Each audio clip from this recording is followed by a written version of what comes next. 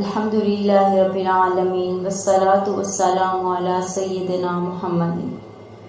سورۃ البقرہ کی آیات 21 تا 24 میں اللہ تعالیٰ تمام انسانوں کو ایک نہایت اہم دعوت دیتے ہیں جو قرآن مجید کی دعوت کا خلاصہ ہے۔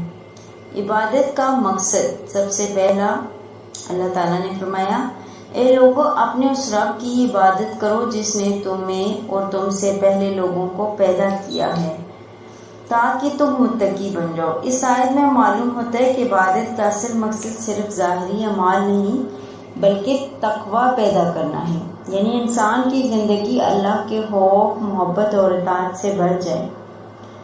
توحید کی عقلی دلیل پیش کی۔ اللہ تعالیٰ اپنی ربوبیت کی نشانیاں بیان کرتے ہیں۔ کیا نشانیاں؟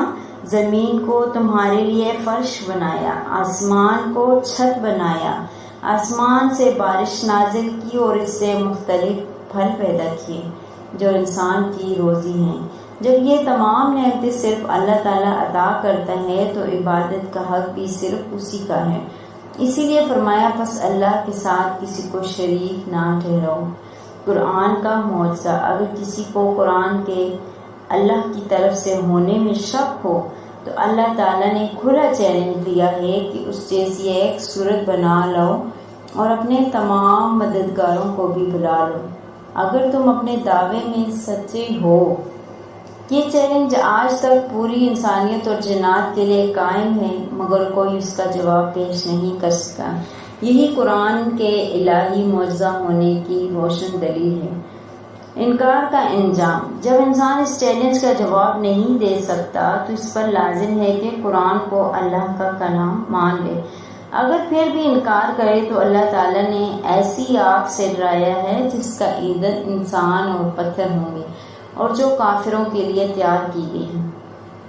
یعنی ان آیات میں عبادت کا صرف اللہ کا حق ہے۔ عبادت کا حقیقی مقصد تقویٰ حاصل کرنا ہے۔